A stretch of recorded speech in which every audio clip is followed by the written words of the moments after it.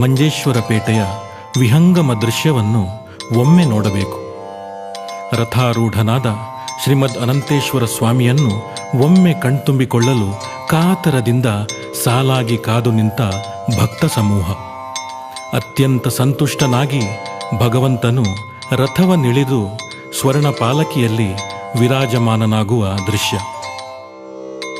ಅಂಬಲದ ಪಾದೆ ಇಳಿದು ದೇವಳದ ಕಡೆಗೆ ಚಿತ್ತೈಸುವ ಸ್ವಾಮಿಯ ಉತ್ಸವ ಮೂರ್ತಿಯ ಅದ್ಭುತ ಕಳೆ, ಆ ರಾಜಗಾಂಭೀರ್ಯ, ಬೆರಗುಗಣ್ಣುಗಳಿಂದ ನೋಡುತ್ತಾ ನಿಂತಿರುವ ಸಾವಿರಾರು ಭಕ್ತರ ಮನದ ಮೌನ ಪ್ರಾರ್ಥನೆ, ಆ ಧನ್ಯತಾಭಾವ, ಆಹಾ, ಇದೆಲ್ಲ ವರ್ಣಿಸಲಸದಳ.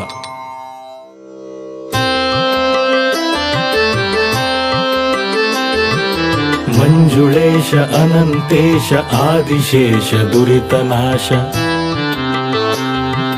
ನೆಲೆಸಿದಂಥ ಪುಣ್ಯ ಭೂಮಿ ಮಂಜುಳಪುರ ಕ್ಷೇತ್ರವು.